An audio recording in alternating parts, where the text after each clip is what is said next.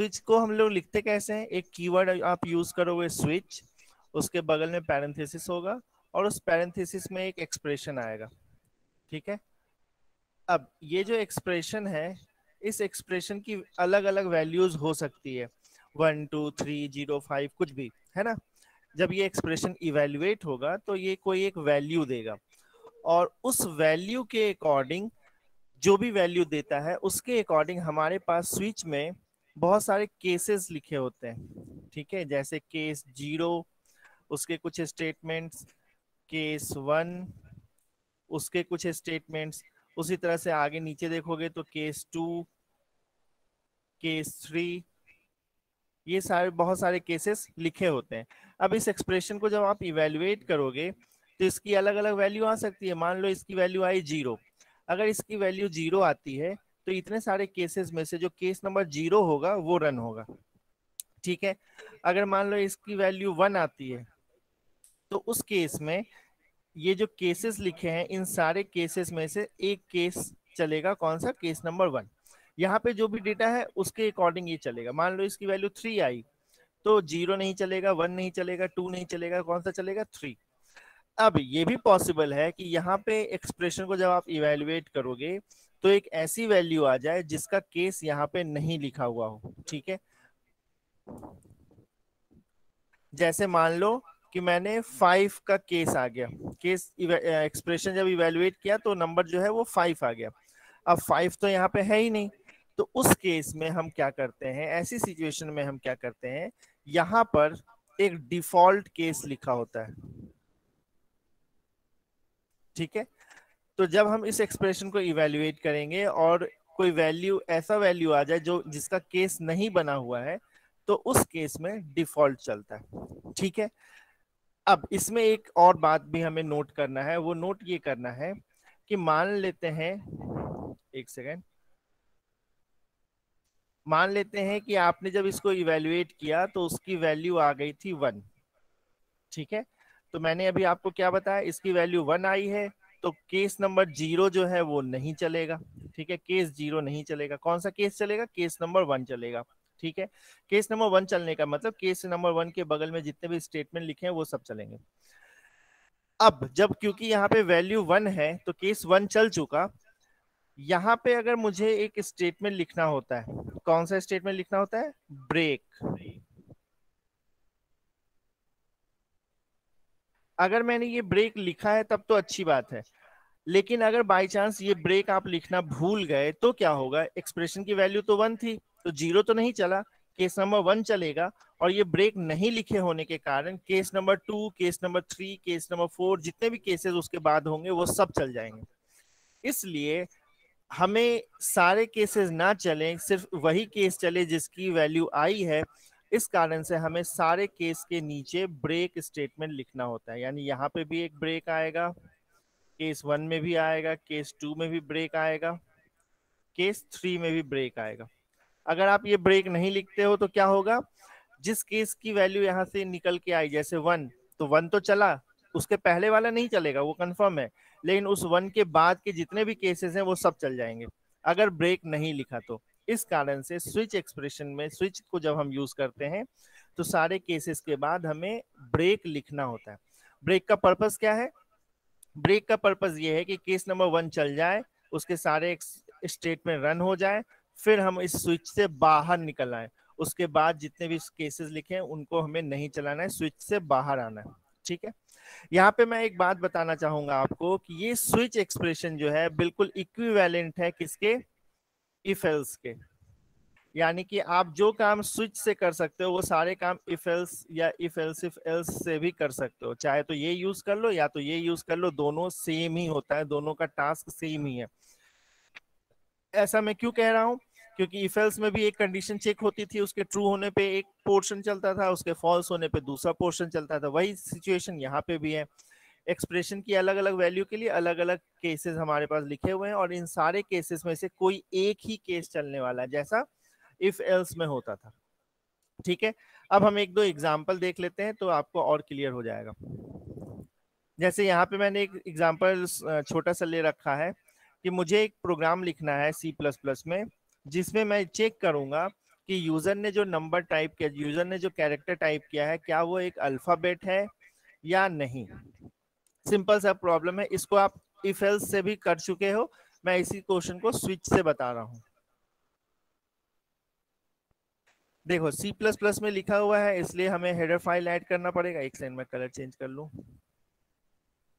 हमें header file add करना होगा, हेडर फाइल ऐड कर लिया। नेम स्पेस वाली लाइन लिखनी होगी, वो भी लिख लिया।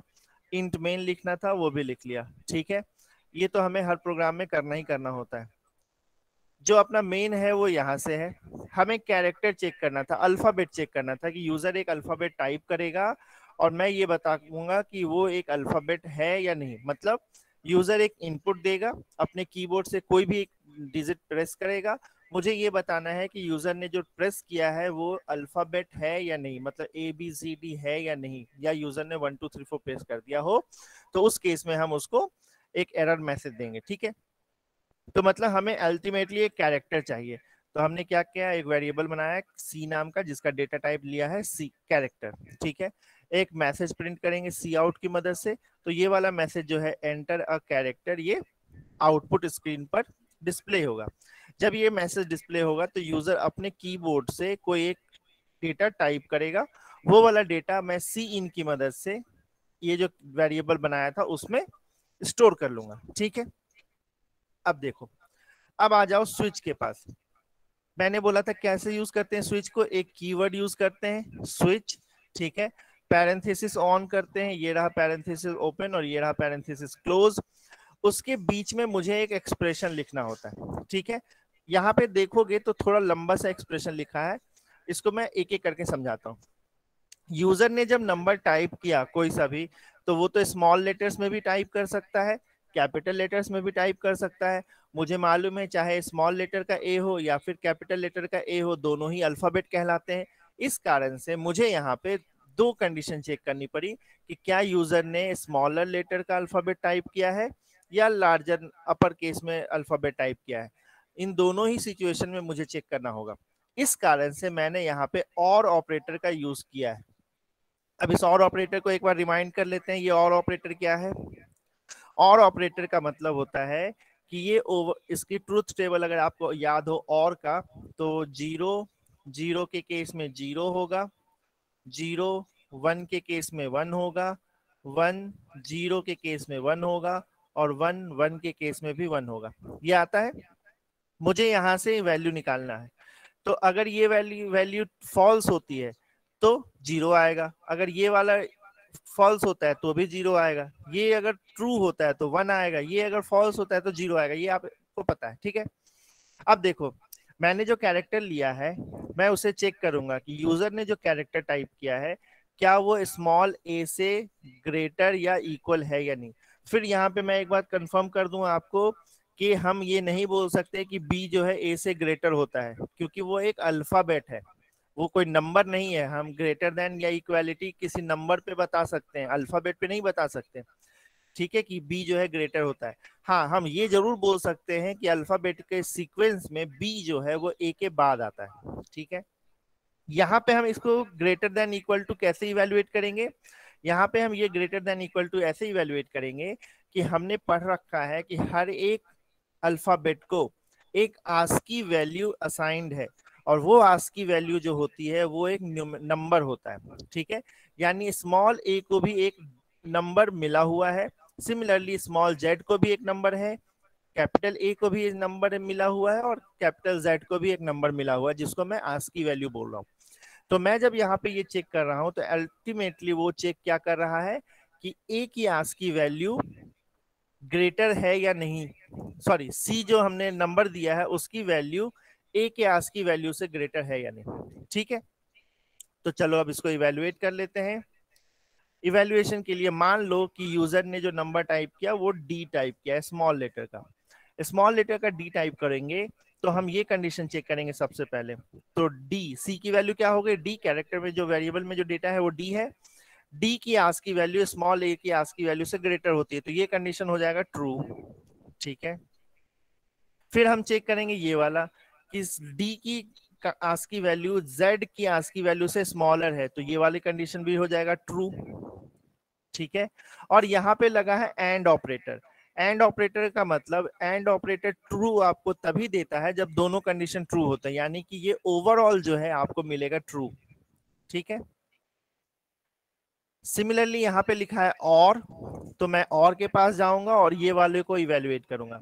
यहाँ सी जो है वो स्मॉल लेटर का डी है और यहाँ ए जो है वो कैपिटल लेटर का ए है। ठीक है। तो कैपिटल लेटर का ए और स्मॉल लेटर के डी में मुझे कंपैरिजन करना है। तो क्या होता है इसकी आस्की वैल्यू याद है किसी को? 7 से। ठीक है। तो ये जो डी होगा इसकी वैल्यू इतना तो कंफर्म है कि 97 से ज्यादा हो रही होगी। ठीक है। और ये जो ए है उसकी वैल्यू क्या हो रही होगी? 65। यानी मैं जब इस कंडीशन को चेक करूंगा तो ये कंडीशन जो है वो क्या होगा? ट्रू निकलेगा, क्योंकि सी की वैल्यू क्या है? 97, ए की वैल्यू क्या है? 65, तो ये कंडीशन ट्रू हो गया। फिर इस कंडीशन को इवेल्युएट करो, ये कंडीशन भी अपना ट्रू निकलेगा। नहीं, ये कंडीशन क्या निकलेगा? सी की वैल्यू है यानी डी की वैल्यू है 97 और जेड की वैल्यू जो है वो उससे कम आती है, यानी ये कंडीशन फॉल्स निकलेगा। इस केस में यहाँ पे एंड ऑपरेटर लगा है। एंड ऑपरेटर लगा है मतलब ये ओवरऑल क्या निकलेगा? फॉल्स। ठीक है। अब देखो,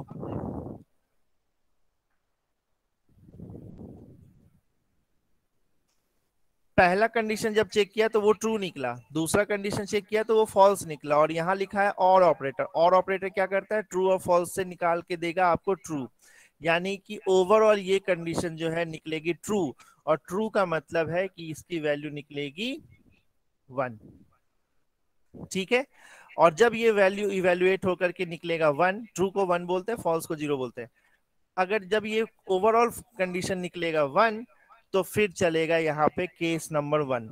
ये 1 इससे मैच करेगा, केस 0 नहीं चलेगा, केस 1 चलेगा। और केस 1 जब चलेगा तो आपको ये डिस्प्ले होगा, ये सी आउट। सी आउट क्या डिस्प्ले होगा? डैश इज ए अल्फाबेट, यानी डी इज ए अल्फाबेट, यानी हमने डीप टाइप किया था और मैसेज जो है वो भी करेक्ट आया है। फिर देखोगे आप तो इस लाइन के बाद यहाँ पर ब्रेक स्टेटमेंट लिखा हुआ है। ब्रेक स्टेटमेंट लिखा होने का मतलब कि अब हम इस स्विच की बॉडी से बाहर निकल जाएंगे। ठीक है। और जब स्विच की बॉडी के बाहर निकल जाओगे तो आपका प्रोग्राम ही ओवरऑल खत्म हो जाएगा। ठीक है। इसी को दूसरा एग्जांपल लेके समझते हैं। मान लो इस बार यूजर ने कैपिटल लेटर्स का डी दिया, तो हम फिर से चेक करेंगे ये दोनों कंडीशन, और यहां से जब आप चेक करोगे तो मैं इसको स्किप कर रहा हूं, ये आप निकाल लेना खुद से, ये ओवरऑल ट्रू निकलेगा। और जब ये ओवरऑल ट्रू निकलेगा यानी उसकी वैल्यू आएगी 1। ठीक है। इसकी वैल्यू जब आएगी 1 तो आपके आउटपुट स्क्रीन पे डिस्प्ले होगा डैश इज एन अल्फाबेट। ठीक है। अब चलो मैं एक नंबर्स को लेके चलता हूं। मान लो यूजर ने जो इनपुट दिया था वो नंबर दिया था, यानी कि मान लो एक यूजर ने नंबर दिया 10। ठीक है। अब मैं इसको चेक करता हूं। जब आप इसको इवेल्युएट करोगे तो सी की वैल्यू है 10, स्मॉल ए की वैल्यू क्या है? 65। तो ये कंडीशन क्या हो गई? फॉल्स। ये कंडीशन क्या हो गई? ट्रू, क्योंकि 10 जो है लेसर देन होगा जेड की वैल्यू से। स्मॉल ए की वैल्यू 97 होती है, जेड की वैल्यू 122 के आसपास आएगी। तो ये ट्रू हो गया। ओवरऑल ये एंड ऑपरेशन है, इसका मतलब ये ओवरऑल फॉल्स होगा। फिर यहां आ जाओ इस साइड में, सी की वैल्यू है 10, ए की वैल्यू है 65, तो ये कंडीशन ही फॉल्स हो गया।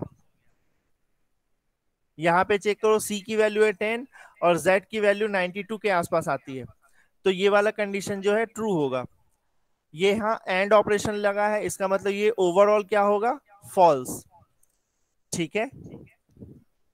इसको थोड़ा मैं साफ कर लूं। अब देखो, पहला कंडीशन जब ओवरऑल चेक किया तो फॉल्स आया, दूसरा कंडीशन ओवरऑल चेक किया तो फॉल्स आया। यहाँ पे लगा है और ऑपरेटर, तो फॉल्स फॉल्स के बदले आपको मिलेगा फॉल्स। ठीक है। और फॉल्स मतलब डेटा होगा, फॉल्स को हम लोग बोलते हैं 0, यानी कि केस नंबर 0 से वो मैच करेगा। केस नंबर 0 से जब वो मैच करेगा तो आपको सी आउट में चलेगा dash is an not an alphabet, और वैसे भी दिख रहा था 10 जो है अल्फाबेट नहीं है। ठीक है। तो ये लाइन तो चल गया। फिर हमने लिखा है ब्रेक। ब्रेक का मतलब कि अब मुझे इस स्विच की बॉडी से बाहर निकल जाना है। ठीक है। एक सिचुएशन और मैं बता देता हूं 10 के लिए ही। मान लो यहाँ पे ये ब्रेक नहीं लिखा होता, ठीक है, ये ब्रेक यहाँ पे नहीं लिखा है, तो आपका केस नंबर 0 से मैच किया था, ये स्टेटमेंट प्रिंट होगा। फिर क्या होगा? ब्रेक नहीं लिखे होने के कारण केस 0 के बाद जो जितने भी केसेस हैं सब चल जाएंगे, केस 1 भी चलेगा, फिर ये वाला मैसेज भी प्रिंट हो जाएगा। लेकिन क्योंकि यहाँ पे अब ब्रेक लिखा है तो केस 1 के लिखने के बाद ये ब्रेक स्टेटमेंट के कारण अब जो है हम स्विच से बाहर आ जाएंगे। कहने का मेरा मतलब ये है कि जिस भी केस से कंडीशन सेटिस्फाइड होती है, जैसे इस केस में 0 से सेटिस्फाइड हुई थी और उस केस में आपने ब्रेक नहीं लिखा, तो उसके बाद के सारे केसेस चलते चले जाते हैं जब तक कि उसको एक ब्रेक ना मिल जाए। समझ में आया? फिर से बता रहा हूं, मान लो इमेजिन करो कि यहाँ पे 10 केसेस लिखे होते, 1 2 3 4 5 6 7 8 9 10। इन 10 केसेस में वैल्यू जो आती मान लो 3 आती, 3 आने के कारण 1 और 2 तो नहीं चलता, 3 चल जाएगा। और 3 के बाद अगर आपने ब्रेक नहीं लिखा है तो 4 भी चलेगा, 5 भी चलेगा, 6 भी चलेगा। ये कब तक चलता जाएगा? जब तक कि उसको ब्रेक ना मिल जाए। इसी कारण से जितने भी केसेस लिखो उन सभी केसेस में अलग से आपको ब्रेक इंट्रोड्यूस करना होता है। इस कारण से केस 0 में भी ब्रेक लिखा है, केस 1 में भी ब्रेक लिखा है। डिफॉल्ट वाले में ब्रेक लिखने की जरूरत नहीं होती है, क्योंकि डिफॉल्ट में ही हमें मालूम है कि जब कुछ नहीं चलेगा तो डिफॉल्ट चलेगा और उसके बाद ऑटोमेटिक हमारा स्विच जो है वो क्लोज हो जाएगा।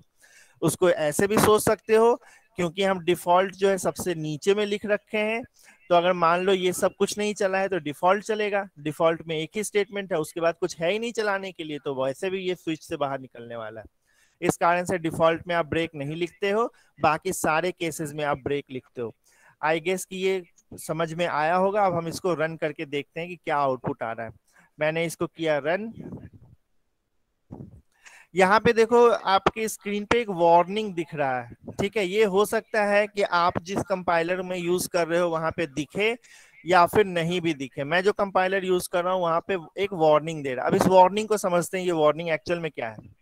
स्विच जो है वो ये एज्यूम करता है कि आपको एक डेटा मिलेगा। यहाँ पे जो कंडीशन है, स्विच के बगल में जो कंडीशन लिखते हैं, इस कंडीशन को इवेल्युएट होने के बाद एक नंबर मिलने वाला है, जिस नंबर से मैं मैच करूंगा अपने केसेस को।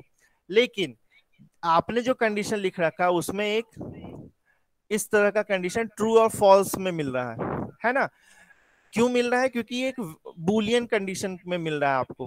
हमने और ऑपरेटर यूज किया है, यानी ट्रू फॉल्स, फॉल्स ट्रू, इस तरह की चेकिंग कर रहे हैं। तो ये कंडीशन जो चेक कर रहा है वो बूलियन वैल्यू में चेक कर रहा है, जबकि वो ऐसा सोच के बैठा था कि यहाँ से मुझे डायरेक्टली एक नंबर मिलेगा, लेकिन अल्टीमेटली उसको मिल क्या रहा है, ट्रू या तो फॉल्स।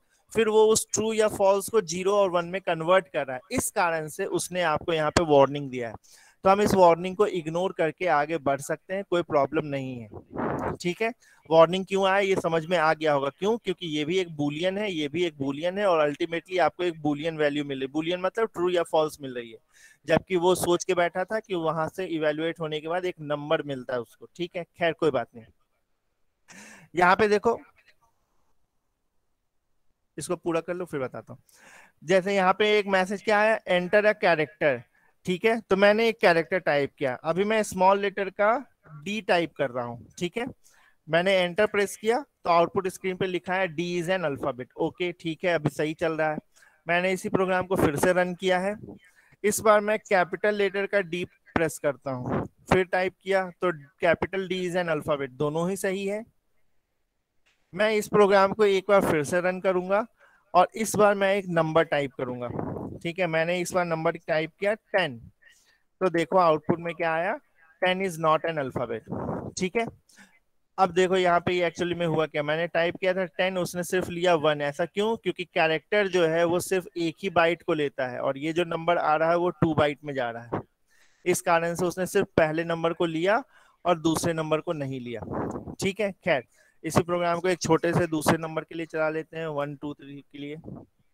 मैंने 3 चलाया तो 3 इज नॉट एन अल्फाबेट, ठीक है। 10 में वो 1 क्यों आया था वो समझ में आया है आप लोगों को?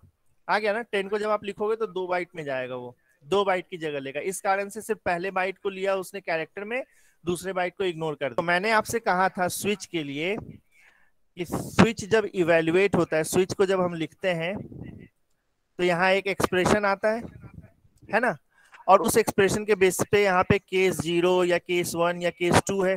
यानी मैं ये मान के चल रहा हूँ कि ये जब एक्सप्रेशन इवेल्युएट होगा तो यहाँ से एक नंबर मिलने वाला, या तो 0 मिल जाए या 1 मिल जाए या 2 मिल जाए या कोई दूसरा नंबर, लेकिन नंबर मिले। ठीक है, लेकिन मैं जो प्रोग्राम बनाया हूं उस प्रोग्राम में आप देखोगे तो मैंने अभी आपको समझाया भी था कि ये ट्रू है, ये फॉल्स है, ये ओवरऑल ट्रू होता है। ठीक है, ये ट्रू है, ये फॉल्स है, ये ओवरऑल ट्रू हो गया, ये ट्रू है, ये फॉल्स है, ये ओवरऑल फॉल्स हो गया, इस तरह से समझाया था। अल्टीमेटली और ऑपरेशन के बाद भी मैंने आपसे बोला कि ये ओवरऑल ट्रू मिलेगा, यानी वो मिल क्या रहा है, या तो ट्रू या तो फॉल्स। हमने सोच के क्या रखा था कि मिलेगा क्या, नंबर, लेकिन मिल क्या रहा है, ट्रू या फॉल्स, यानी एक बुलियन वैल्यू मिल रही है। तो इसी कारण से वो वहां पे एरर दे रहा है कि आपको लाना था नंबर लेकिन आप लेके आ रहे हो बुलियन। उसमें कोई प्रॉब्लम नहीं है, वो उस बुलियन को नंबर में कन्वर्ट करना जानता है, फॉल्स को 0 मानेगा, ट्रू को 1 मानेगा, लेकिन वो जानबूझ के आपको एरर दे रहा है कि हो सकता है कि आपने गलत वहां पे कुछ किया हो, तो एक बार चेक कर लो बस। वार्निंग से हमें कभी घबराना नहीं है, वार्निंग कभी कभी मिलती है हमें प्रोग्राम को रन करने में, वो एक इंडिकेशन होता है। जैसे नहीं, आप मान लो कोई एग्जाम दे रहे हो, है ना, और आपको मैंने चीटिंग करते हुए देख लिया, तो मैं एक वार्निंग नहीं देता हूँ जो बदमाशी कर रहे हैं वो लोग अपना सतर्क हो जाए। तो वो आपके लिए है, आपको मैंने डायरेक्टली नहीं कुछ बोला, बस एक वार्निंग दिया है कि भाई आप थोड़ा एक बार सतर्क हो जाओ कि आप जो कर रहे हो वो सही कर रहे हो या कुछ गड़बड़ तो नहीं कर दिया। ठीक है, एक और प्रोग्राम देख लेते हैं स्विच पे, फिर हम लोग अगला टॉपिक पढ़ेंगे। अगला प्रोग्राम जो हम लोगों का है वो है कि मैं एक प्रोग्राम बनाना चाहता हूं जिसमें मुझे वीक के एक नंबर मिलेगा, जैसे मंडे ट्यूसडे होते हैं वीक डेज। ठीक है, तो मैंने एक नंबर टाइप किया है और आपको ये बताना है कि वो कौन सा वह दिन है। जैसे अगर मैंने 1 टाइप किया तो आपको बताना है कि मंडे है, अगर मैंने 3 टाइप किया है तो आपको बताना है कि वो वेडनेसडे है। ठीक है, वीक का स्टार्टिंग मंडे से माना है मैंने, इस कारण से 1 जो है वो मंडे होगा और 7 जो होगा वो कौन सा होगा, संडे होगा। ठीक है, तो मैं एक नंबर टाइप करूंगा 1 से लेके 7 तक और आपको बताना है कि वो कौन सा दिन है। ठीक है, उसका प्रोग्राम हम लोग बनाने वाले हैं स्विच की मदद से। ठीक है, इसका थ्योरी अगर देखोगे तो थ्योरी में कुछ है नहीं, हमें क्या करना होगा, 1 से लेकर 7 तक का एक नंबर देना है, जहां पे 1 मंडे को बता रहा है, 2 ट्यूसडे को बता रहा है, उसी तरह से 7 जो है वो संडे को बताएगा। यूजर इन 7 में से कोई एक नंबर टाइप करेगा, मान लो कि 5, तो मुझे इस 5 के कॉरेस्पॉन्डिंग जो भी डे आता है वो डे डिस्प्ले कर देना है, सिंपल सा है। तो मैं सीधे प्रोग्राम में आता हूँ, प्रोग्राम से ही समझते हैं। C++ का लिखा हुआ प्रोग्राम है, इसलिए header file, name space, main, ये सब तो लिखेंगे ही हम।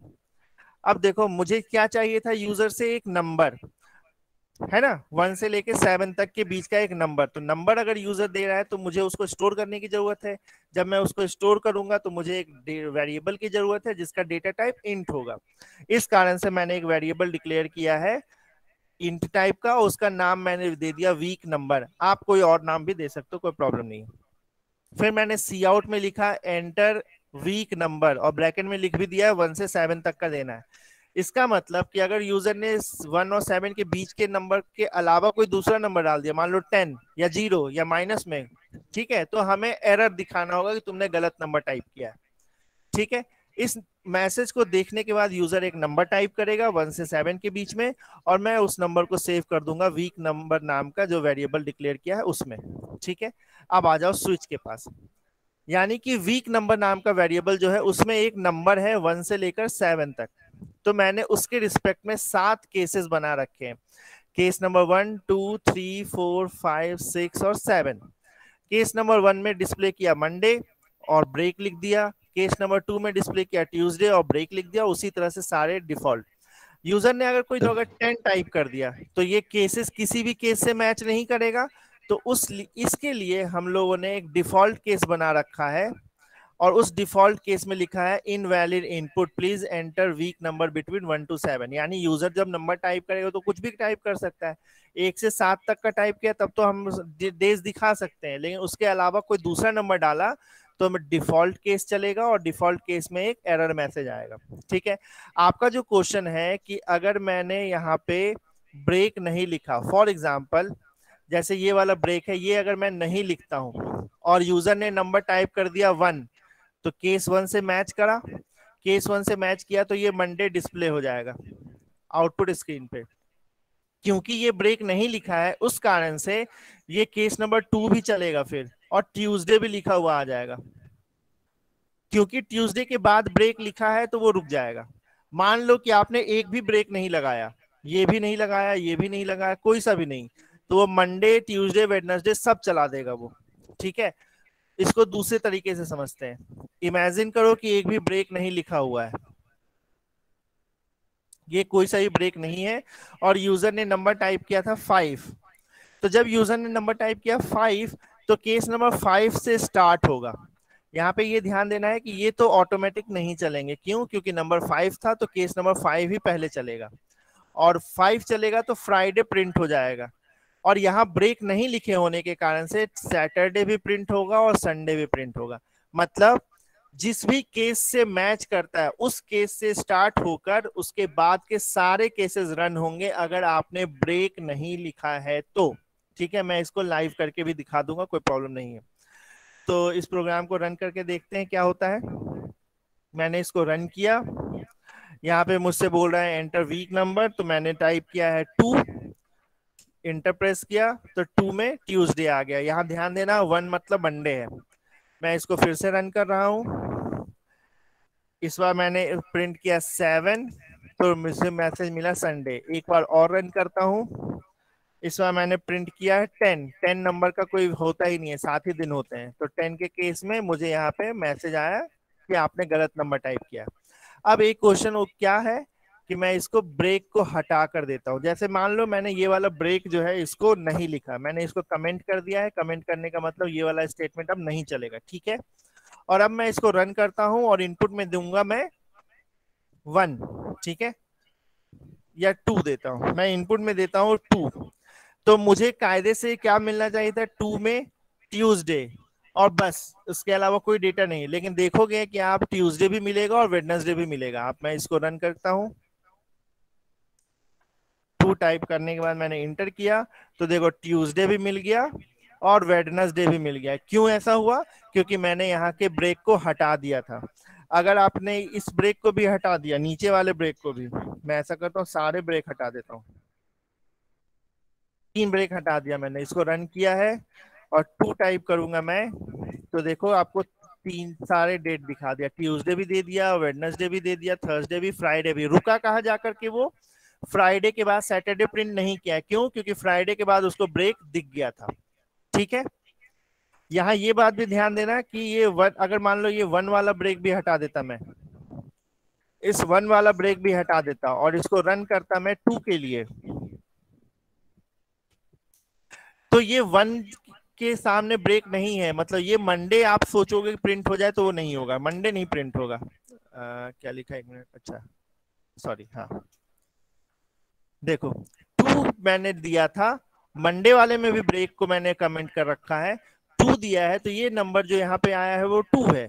तो वो मैच किया किससे? इस वाले केस से। तो जब ये इस केस से मैच किया तो केस नंबर 1 तो ऑटोमेटिकली नहीं चलने वाला था, और यहां से लेकर वो तब तक चलता गया जब तक कि उसको पहला ब्रेक नहीं मिल जाता है। तो उसको पहला ब्रेक कहाँ मिला? यहाँ पे। इस कारण से उसने ट्यूसडे, वेडनेसडे, थर्सडे और फ्राइडे चारों नंबर यहाँ पे, चारों जो आउटपुट है वो डिस्प्ले किया।